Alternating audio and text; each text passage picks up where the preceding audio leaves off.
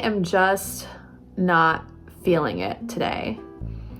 And it's probably because I'm dealing with like just some disappointment at the moment, which is, I feel like, normal as an actor to go through.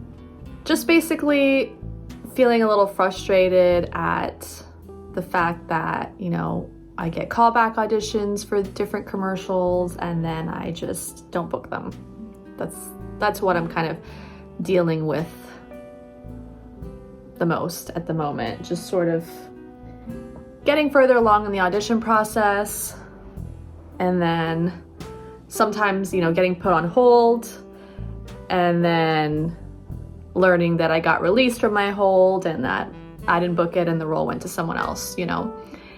It's just like, and obviously I know I'm not alone in this. I know that part of acting is you're gonna get way more no's than yeses, but it's still hard, you know, like even though you logically know that that's the case where you're going to get more of the no's, you're gonna get more rejection than you are gonna get bookings. And the funny thing is, like, when you get rejected, it's not like anyone like sits there and like sends you a message and says, I am rejecting you for this role. Right? You just don't hear anything back. And as an actor, that's the reality, and it's sort of like, welcome to being an actor. You're gonna audition a ton and you're not gonna book that much. You're gonna get some bookings, but it's probably not going to be as many as you want, and they're going to be jobs that you really want to book. I know I've auditioned for jobs that I really wanted to book that maybe I got a call back for, and then for one reason or another, it just goes to someone else. I feel like I'm a lot better now at dealing with that kind of stuff. Like, it used to completely wreck me if I, you know, didn't get a certain job or whatever.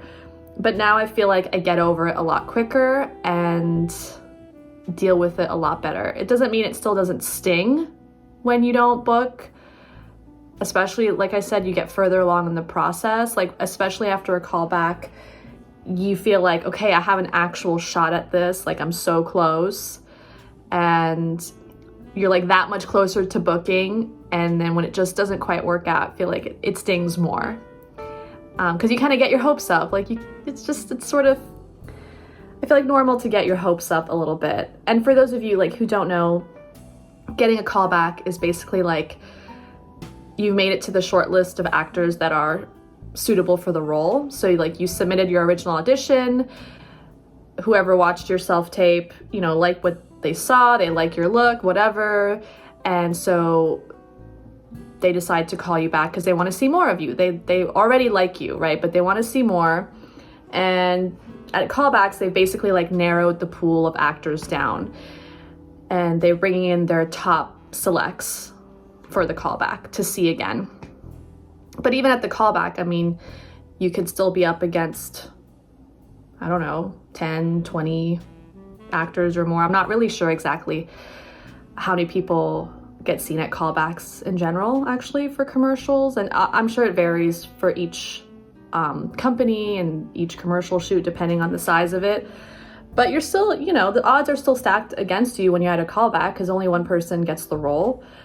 And yeah, so that's generally the process, and at least from my experience with commercials, it's just one callback. So once they do that, then they make their final selection. And I mean, I know that getting a callback is a win. I know it means I'm doing something right. I get it. I understand. Again, my logical brain knows all of these things, but there's still a part of me that's like just frustrated and just like not viewing it as a win because I didn't book. So there is that side. I've gotten definitely way better at it, but yeah, it's still not to the point where I'm just like, okay, whatever, let it brush off my back completely and not think about it. I wonder if it ever gets to that point where you just genuinely like don't care. I don't know. Now, when it comes to like submitting your initial self-tape audition, I feel like you don't pay as much attention if you don't hear anything back, because you're constantly submitting these types of auditions. Like, I feel like that's what you're primarily doing as an actor, is receiving audition requests from, you know, your agent, or if you self-submitted, you know, just receiving it directly to you, and then filming, editing, and submitting self-tapes. And that's what you're doing most of the time. And so when you're constantly doing that, sometimes you lose track of what you've submitted for, so you're not thinking about it too much. And then of course you get other auditions that you have to do, and so then you're focusing on doing those. And so you don't pay as much attention when it's just sort of you submitting your self-tapes out into the void. So yeah, that's a little different. And I feel like as you're in the industry year after year, if you've been in the industry for many years, you get used to that, submitting self-tapes and not hearing anything back, and you don't view it as a really big deal because you're getting other auditions and you know you're gonna book other roles. Now you might pay more attention if like you're submitting self-tapes and you haven't booked in a really long time, then you might get more attached with each self-tape that you film, or if you don't get very many auditions to begin with, you could get attached after an audition, like after your initial submission. Or of course, like if it's a really cool role that you want, like you know it could change your career or really be something significant career, sure, okay, you might get a little attached. You shouldn't, but that could happen.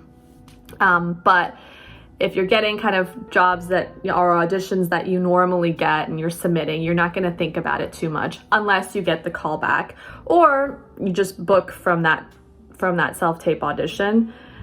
Depending on the project and role, sometimes you just book off of one audition, one tape. So yeah. And I feel like when you're earlier on in your acting journey, you're not used to that yet, so you might be like, oh my god, it's been 20 auditions and I haven't heard anything. And when you're further along in your acting journey, you know that 20 auditions is like nothing. You know, it's like, you're fine, just keep going. But you don't know that in the beginning. I mean, why would you know that, right? You would kind of expect like the odds are a lot better than what they really are. I feel like submitting self-tapes is kind of like an equivalent of like more of a corporate realm, like submitting your resume on LinkedIn or something. You want to hear something back, but if you don't, you're just going to keep applying to more job postings. I feel like that's like the best comparison I can make. It is now several days later, and I wanted to properly finish this video and not just have it end abruptly at that last clip that you saw. So that's what I'm here doing right now, just quickly jumping on and letting you know that if you have made it this far, thank you so much for watching. If you liked this video and found it helpful, please don't forget to hit that like button. And if you're interested in the type of content that I make, please don't forget to subscribe to this channel. It would really mean a lot to me. And that is my dog. Until next time, bye.